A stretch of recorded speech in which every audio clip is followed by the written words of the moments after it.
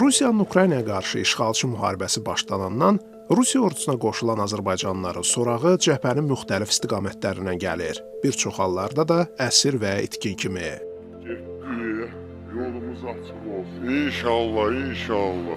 Onlardan biri Rusiya ordusuna qoşulan Şahman Hüseynov ötən ilin sentyabrında həlak olub. Azadlıq radiosuna adının çəkilməsini istəməyən tanışları danışır ki, Şahman Hüseynovun cəbhəyə nə vaxt getdiyini bilməyiblər. Adata 10 ildə sənədsiz yaşamışdı orada.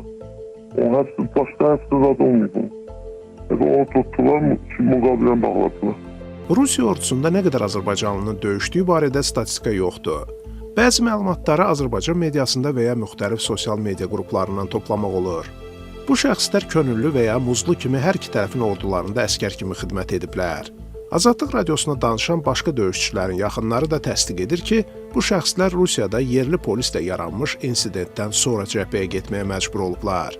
Rusiyada müxtəlif qanun pozuntularında adı keçən miqrantlar qarşısında dilemma qoyulduğu, onların da həbsə düşməmək üçün və ya deportasiya olunmamaq üçün Rusiya Müdafiə Nazirliyi ilə müqaviləyə qol çəkdiyi deyilir. Orduya qoşulmaq isə o qədər də çətin deyil. Bununla bağlı müxtəlif iş elan saytlarında elanlar paylaşılır. Heç bir təcrübə olmadan ayda $3200 başlayan məbləğlə orduya qoşulmaq mümkündür. Amma müstəqil jurnalist araşdırması qrupları yazır ki, belə yüksək maaş üçün orduya yazılanların bir çoxu elə cəbhədəki ilk həftələr yaxud aylarda həyatını itirir.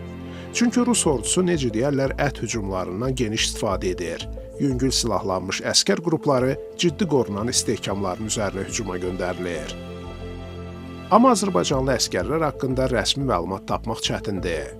Son vaxtlar sosial şəbəkələrdə Rusiya-Ukrayna müharibəsində iştirak edən yaxınlarını axtaranlar da çoxalıb. Hərbi məsələlər üzrə ekspert Səxavət Məmməd deyir ki, bu məsələnin hüquqi müstəvidə həll mexanizmi mümkünsüz görünür. Azərbaycan tərəfi bu müharibədə tərəf olmadığına görə, Azərbaycan tərəfi ancaq bu ölkələrlə o şəxslərin tapılması və yaxud da ki, əsir düşürsə onların geri qaytarılması ilə bağlı hansısa belə deyək də diplomatik ancaq əlaqələr yarada bilər. Görünən odur ki, söz gedən müharibədə Rusiya ordusuna qoşulan azərbaycanlıların əksəriyyəti iş üçün miqrasiya edənlərdir. Elə Azadlıq radiosuna danışan şəxslər də bunu təsdiq eləyir və Rus ordusuna qoşulan şəxslərin çörək qazanmaq məqsədi ilə ölkədən getdiyini bildirirlər.